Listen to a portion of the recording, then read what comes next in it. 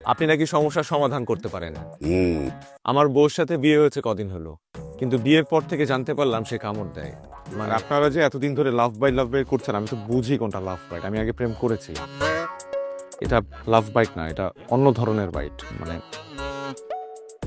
ভাই, কামড়টা তো আমি খাই, কষ্টটা তো আমি বুঝি।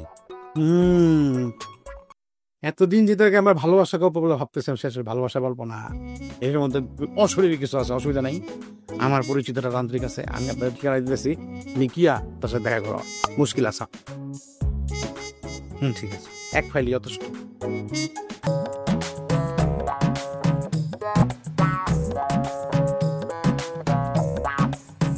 যা যা, দূর হ। ঠিক আছে। তোরে যাইতে বলি নাই।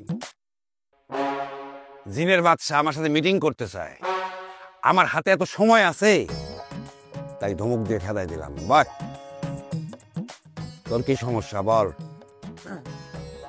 আমার এক কলিগের কাছ থেকে আপনার সম্পর্কে খুব সুনাম শুনেছি। আপনি নাকি সমস্যার সমাধান করতে পারেন। আমার বউর সাথে বিয়ে হয়েছে কদিন হলো, কিন্তু বিয়ের পর থেকে জানতে পারলাম সে কামড় দেয়। মানে আমাকেই শুধু, মানে অন্য কাউকে না। তো কামড়গুলো খুব বীভৎস, মানে দাগ রয়ে যায় শরীরে, কিন্তু কেন কামড়ায় সেটা আমি জানি না। এই আর কি।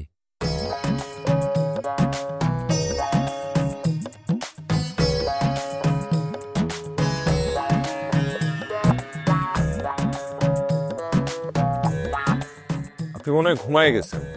ঘুম ভাঙলে আমাকে ডাক দিয়ে, আমি এখানে দাঁড়াই।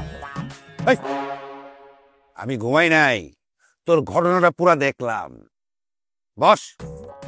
কি দেখলেন? তোর বউয়ের উপরে কোকাপ নগরী থেকে পাড়ায় এক ইবলিস আসছে, তার কুনজর পড়ছে।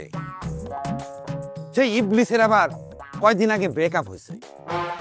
সে এক পরীর সাথে প্রেম করত, সেই পরী আবার জিনের বাদশার শালীর সাথে বিয়ে করছে।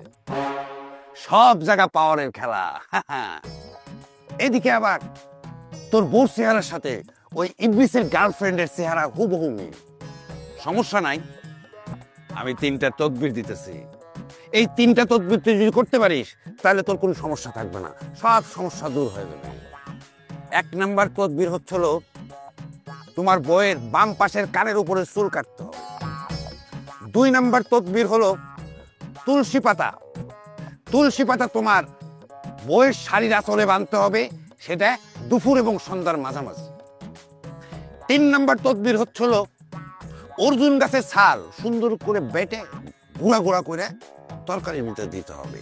এই 3টে তদবির করতে পারলে তোমার সব সমস্যার সমাধান হয়ে যাবে। ওই কামড় টামুরের আর ঝামেলা থাকবে না।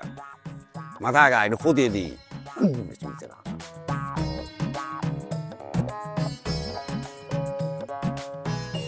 দে, হাদিয়া দে। কত? 501 টাকা। 1 টাকা আছে, 500 নাই। যা আছে দিয়ে যা।